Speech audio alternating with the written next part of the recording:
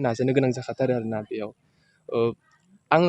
बुंनो थाङोब्ला आं फार्स्ट एटेम्पआव जायाखैमोन आंना दायो आंना सेकेन्ड एटेम्प बायदियानो बे सेकेन्ड एटेम्पआव दायो मोजाङानो जादों। मोनसे गोजोनथाव खौरां बर' बिजोंजों फरायनानै धेमाजि जिल्लानि देकापाम हालामनि फागुन मोसाहारिनि आंगो फिसाज्ला हरेन्द्रनाथ मोसाहारिया निट आनजादाव 720 नाम्बाराव 618 नाम्बार लानानै उथ्रिसार जानो हादों। नेशनेल टेस्टिं एजेन्सिजों खुंजानाय निट इउजि 2023 आनजादनि फिथाइखौ मैया 13 जुनाव एनटिएआ फोसावनानै होबाय। बे फोसावना होनायाव धेमाजि जिल्लानि देकापाम हालामनि बिफा फागुन मोसाहारि आरो बिमा फैसालि मोसाहारिनि आंगो फिसाज्ला हरेन्द्रनाथ मोसाहारिया एनटिएजों खुंजानाय निट आनजादनि फिथाइखौ मैया मोजाङै मोजां मोननो हायो। बिथाङा 618 नाम्बार लाखिनानै उथ्रिसार जानो हायो। बिथाङा खौरांगिरिनि सिगाङाव मा फोरमायदों फै जों आबुङै मिथिना लानि। आं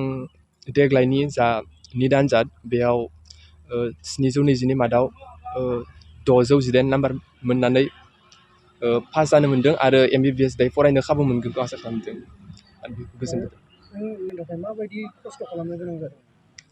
खस्थ' खालामनायाथ' खालामनांगोन बायदियानो आरोना माने जा कम्पिटिसन लेभेला माने अल इन्डिया लेभेलनि बेनि थाखाय एसे गोब्राबैनो नाजानो गोनां जाखाथारो आरोना बेयाव आङो बुंनो थाङोब्ला आं फार्स्ट एटेम्पआव जायाखैमोन आंना दायो आंना सेकेन्ड एटेम्प बायदियानो बे सेकेन्ड एटेम्पआव दायो मोजाङानो जादों जानायालाय एसे फरायनायाथ' आं ओरैनो सानफ्रोमबो आरोना बिदिनो 10 आवार बिदि 10 आवार्ससो फरायनाय जादोंमोन नाथाय जा मेन क्वालिटि बेफोरो ओरैनो सानफ्रोमबो 5 आवार्स बिदि बेफोरबायदि जालाङो माने फरायनायाव क्वालिटिया बांसिन इम्परटेन्ससिन बायदि आरोना क्वान्टिटिनिसाय बेनिखायनो माने सानफ्रोमबो ओरैनो एभारेजै 5 आवार्ससो फरायनाय जादोंमोन आं ओरैनो आइ आफा बाबामोननिफ्रायथ' आं गोबां मदद मोन्दोंमोन सार मेडाममोन बिसोरनिफ्राय गोबां मदद मोन्दोंमोन जा आंनो जा नांगौ बेसादफोर बेखौ आइ बाबामोना नांगौखिनिखौल' जा नांगौ मेन बेफोरखौल' होदोंमोन आरो बेफोरबायदिनो सारमोनाबो आंखौ जा कुइसन सल्भ खालामनायफोर बेफोराव माने जेराव नांथाथ'आ मानो बेफोरखौ माने बेफोरो सारमोना गिबियावनो आरोना गासैबो जा होनो गोनां इयुनाव होनो गोनां बिसोरो मोनसे थि थांखि ला जा गावनि सिमां गोदोनिफ्रायनो जा नुबोनाय बेफोरखौ मोनसे थि थांखि ला आरो बेखौ मोननो थाखाय नों सानफ्रोमबो माने नों गोसोआव लाबोबाय थानांगोन आरोना जों नोंनि फरायनाय टाइमफोर बेफोराव अब्ला माने नोङो जा फरायनो गोनां बेफोराव माने बांसिन गोसो होनो हायो बेफोरबायदि आरोना होमबाना क्वालिटि नों जा फरायनाय बे माने बांसिन इमप्रुभ जानाय बायदि जायो। आङो गारजेन हिसाबै जाबायदि डिउटि खालामनांगौ बा माबानांगौ फिसालाखौ जिबायदि जोथोन लानांगौ बिदि लानो सेस्था खालामदोंमोन आरो जथेस्थ' लादोंबो बेनो नांगौ बायदि समखौ फरायनायनि सुबिदाखौ होदों आरो नांगौ बायदि जा मुवा बेसाद नांगौनि जखानिल' बायना होदों मोनसेबो गाननाय जोमनायानो जा जानाय लोंनायानो जा एसे बारा होआखै मोनसेबो थाखा फैसाबाबो बेनो एभेलेबल होआखै जिबायदि नांगौ बेखौ गथा बाहायना होदों आरो बेखौ आङो गारजेन हिसाबै जे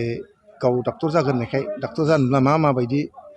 राहा लामा लानांगौ बोरै फरायनांगौ बोरै मानांगौ बेखौ गेजेर आङो गुबुनफोरनिफ्राय सोंनानै बेनो माबा होबाय थादों आरो एडभाइस होबाय थादों बा खोन्थाना होबाय थादों बिदि खालामनांगोन बिदि फरायनांगोन बेसेबां फरायनांगोन माबायदि फरायनांगोन बेफोरखौ होबाय थादोंमोन दा बेबायदिनो जोबथारनायाव दिनै आंनि फिसा हरेना दिनै 720नि मादाव 618 नम्बर लानानै देग्लायनि 2023 मायथाइनि निट एन्ट्रेन्स आनजादखौ पास खालामनो हाबाय बेयाव आं जोबोद गोजोननाय मोन्दों आरोखि। आङो गारजेनफोरखौ बिनि सायाव खावलायनो लुबैदों नांगौनि बारा जेबो होनो नाङा सासे फरायसाया गावनि थांखिखौ जाफुंहोनोब्ला फरायनायनि बादै जेबो बेलेग लामायानो गैया नोङो जुदि बाइक होयोब्ला बा मोजां गाननाय जोमनाय होयोब्ला बेखौ गाननानै बहा थांनो सोरनो दिन्थिनांगोन ना बियो गाननानै बेरायथिंनो समानो गैया फरायथारनांगोन बियो दा बेखायनो जोंनो नांगौनि बारा गाननाय जोमनायखौबो जाया नांगौनि बारा जानायखौबो जाया मबाइलफोरखौथ' जोङो नाङानो होननानै बुंजायो फरायसा हिसाबै न'खराव थाखायो मबाइला सोरदोबा माबा मोनसे रायलायनांगौबा मानांगौब्ला होनांगौ हारसिङै होजाया आरो लेपटपफोरावबो बाराद्राय बेस्थ' दोनजाया ना बबे टाइमाव मबाइल नायनो बबे टाइमाव फरायनो बबे टाइमाव टिभि नायनो बबे टाइमाव बाइक सालायनो बिदि जायो नालाय आरो बबेबा थांनो गोनांथ' एसेबां गैयानो नांगौ जायोबा जों गारजेनानो होफैनांगोन जोङो नांगौ जोंनो फरायसाफोरनो जों गारजेना नैबेखौ होनांगौ आंनि बायदिब्ला जे बेराम आजार जायोबा नांगौ जखानि जाबायदि मेडिसिन होनांगौ बेखौ होनांगौ जानायाव जाहाथे मोजाङै जानानै देहाखौ गोग्गो लाखिनो हायो बेखौ नांगौ बायदि होनो हानांगौ आरो गाननाय जोमनायखौ नांगौ बायदिल' होनांगौ ओमफ्राय बे उपेरा जेरै उपेरा जानाय ओमफ्राय आरो उपेरा बेसादफोर जेरै जोंनो मबाइलानो जा माबायानो जा बे बाइकफोरानो जा बेफोर एसेबां गोनांथि गैया बेखौ उनावहाय गावसोर साक्सेस जाखांबा देनांहाय एसे बुजिनो हानाय जायोब्ला गावखौनो गाव कन्ट्रल खालामनो हानाय जायोबा बाहायगोन मालाय बेबायदि बाहायनानै साक्सेस जागोन बेनिखायनो आं बेखौ बाराद्राय अभार बाहायनो होनो नाङा होननानैसो खावलायनो नागिरदों आरोखि नङाब्ला सासे फरायसाया फरायनाय समाव फरायबाय सानसे समाव बारा सम गैयाना फरायनोबो नांगोन बे मोजाङै उन्दुनोबो मोजाङै नांगोन जानायाबो थिग मथे जानांगोन जुदि बे समावनो जुदि नोङो मबाइलबो होयोब्ला मबाइल जुदि 1 घन्टा जुदि ना बाहायोब्ला सोरदोबा रायज्लायनानै थांहोयोब्ला टिभि जुदि 1 घन्टा नायनानै सम थांहोयोब्ला कम्पिउटारनि जुग होना कम्पिउटाराव जुदि 1 घन्टा जुदि सम थाङोब्ला बबे सम फरायनो समानो गैया जायो जुदि बाइक दं होनना ससे मेन्टेलखौ बा मेलेमखौ फ्रेस खालामनानै जुदि बेरायथिंनो थाङोब्ला बायदि बायदि जोङो नुथाय नुबोगोन बायदि बायदि जों खोथा खोनाबोगोन बाहेरायाव ओंखारलांनाय लोगो अब्ला जोंनि फरायनाया स्थिर थाया बेनिखायनो आं सानदों फरायनो थाखाय फरायनो नांगौ मुवा बेसादखौल' जेरै लेखा खोलोम बायदि बायदि बेफोरखौ जिबायदि नांगौ बिदि होनांगौ आरो समखौ जोङो गोग्गो लाखिनो थाखाय जोंनो जथेस्थ' उन्दुनांगौ उन्दुनोबो होनांगोन